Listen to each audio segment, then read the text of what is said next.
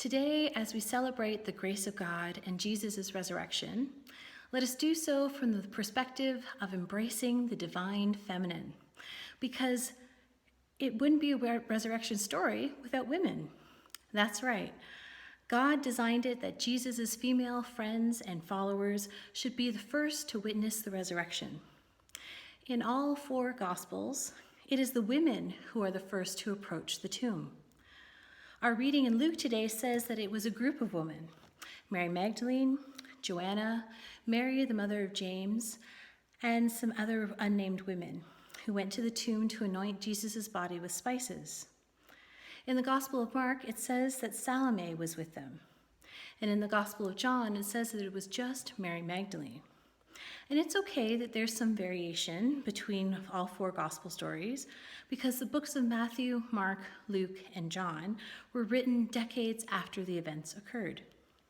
The details shifted a little bit over time and with the oral retelling of the story. But what's significant is that each of the authors were in accord that it was the women who were there first. It was the women who were first to receive the good news. So why does this matter? Why make a big deal over gender? Because God does love each and every one of us. Well, I think it's significant for a few reasons. One, in each resurrection story, the women are called by name. Remember that it was a patriarchal society, and so women were perceived to be less important than men. There are so many stories in the Bible which include nameless women, such as the woman at the well, Lot's daughters, the woman who had been hemorrhaging for 12 years who touched Jesus' cloak.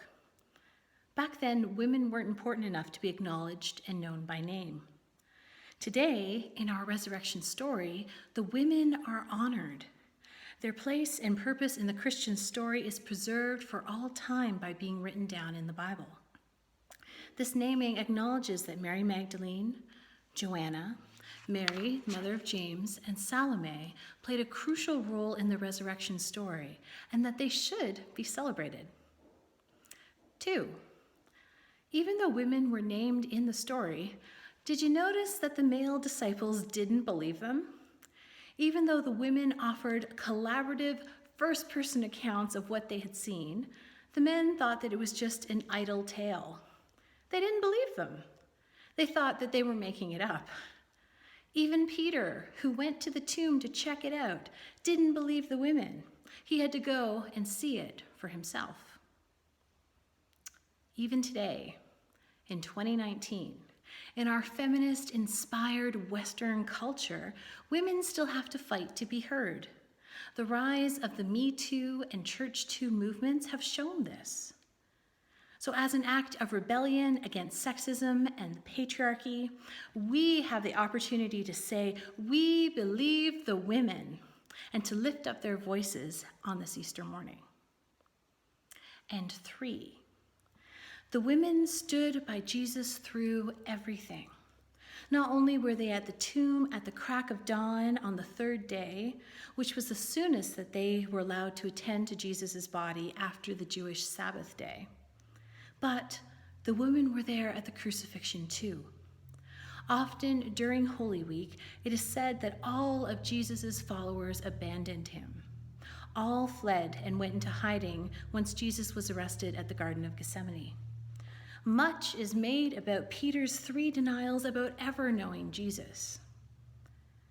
But the women didn't abandon him.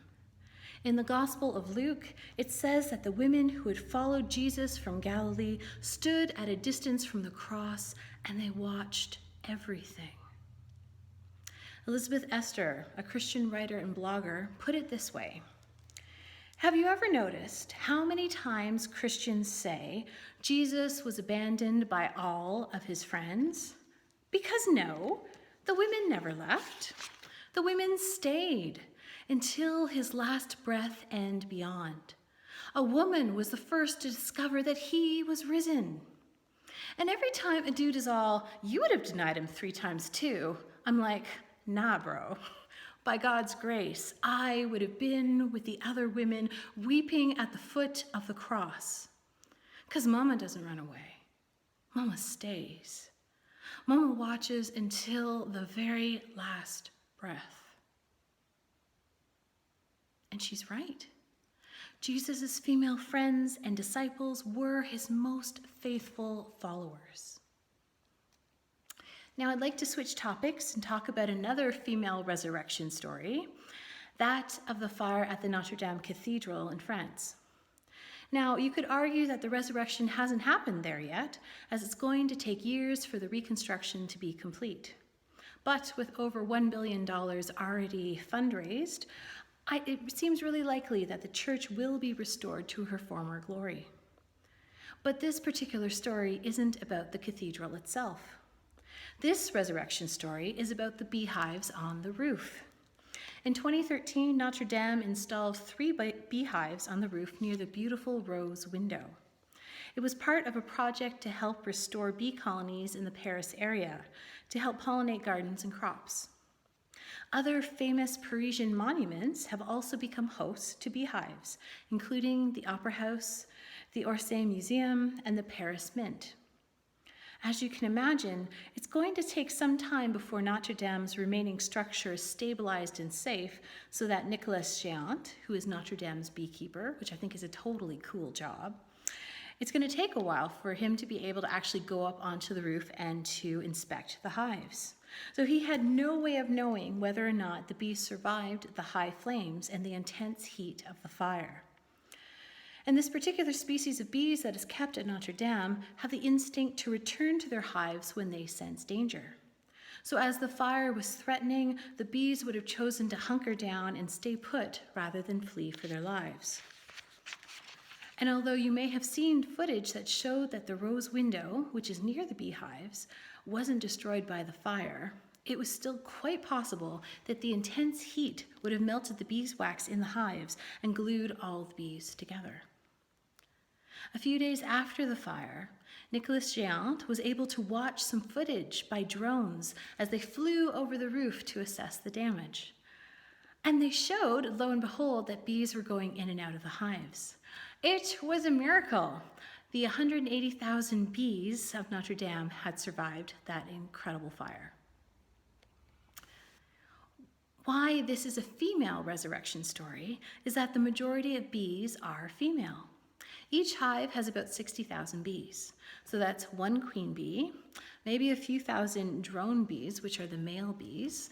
And drone bees, by the way, don't really do much of anything. They don't collect any pollen or anything like that. The majority of bees, almost 60,000 of them, are the female worker bees. So whenever you encounter a bee in your garden and it's flitting around from flower to flower, that's a female bee. So how appropriate that the Notre Dame Cathedral bee resurrection story occurred during Holy Week, when we're already celebrating how women are so important to Jesus' resurrection story. And did you know that the bee is an ancient symbol of Christianity? St. John Chrysostom, a father of the church who lived in the 4th century, said, "The bee is more honored than other animals, not because she labors, but because she labors for others." The female worker bees sustain the queen and the drone bees, and their honey is a gift to all of mankind.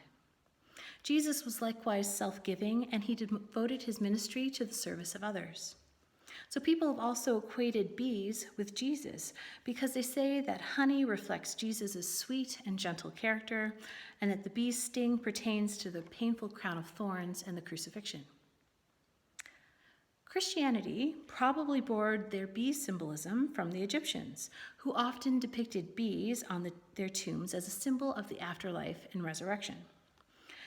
This symbolism probably came from the fact that bees do not leave their hive during the 3 months when they hibernate during the winter. So to all outward appearances, the bees have disappeared and they are thought to be dead until, it's springtime, and they suddenly reappear. Some compared this to Christ's resurrection, whereby his body vanished for 3 days, only to reappear after the resurrection. We are a resurrection people. Whether you use the symbol of a honeybee, an empty tomb, a hollow egg, a butterfly, or an empty cross. To be Christian is to believe in God's loving gift of resurrection. It is to believe in having hope. It is to believe that God is at work in the world, bringing newness, reconciliation, and healing into our lives and into the lives of all living beings on this planet. Richard Rohr, a Franciscan friar and Roman Catholic priest, asked us to think of resurrection as a sort of map. He wrote that the resurrection journey is a map for the pattern of reality. It reveals the Christ unfolding everywhere and in every moment. And I want to repeat that just because I feel that that sentence is just so pithy and special. The resurrection journey is a map for the pattern of reality. It reveals the Christ unfolding everywhere and in every moment. God's nature is to rebuild, to surprise, to mend, to restore, and to birth. If you're in a rocky place in your life, if you're experiencing the loss or trauma of your own Good Friday, then you gotta hang in there for your own Easter Sunday, because God is all about the resurrection journey. To borrow a quote attributed to John Lennon, everything will be okay in the end, and if it's not okay, then it's not the end. If everything's not okay, then take Richard Rohr's advice and start envisioning your life as a resurrection journey, with Jesus' resurrection story as a map to guide you. And you may find that once you start thinking about your life in this way, you'll start seeing hints of resurrection everywhere, in smoky Parisian beehives, in your personal relationships, and even in your faith. God is the power of resurrection in our lives. Alleluia! Christ is risen. Christ is risen indeed. Alleluia.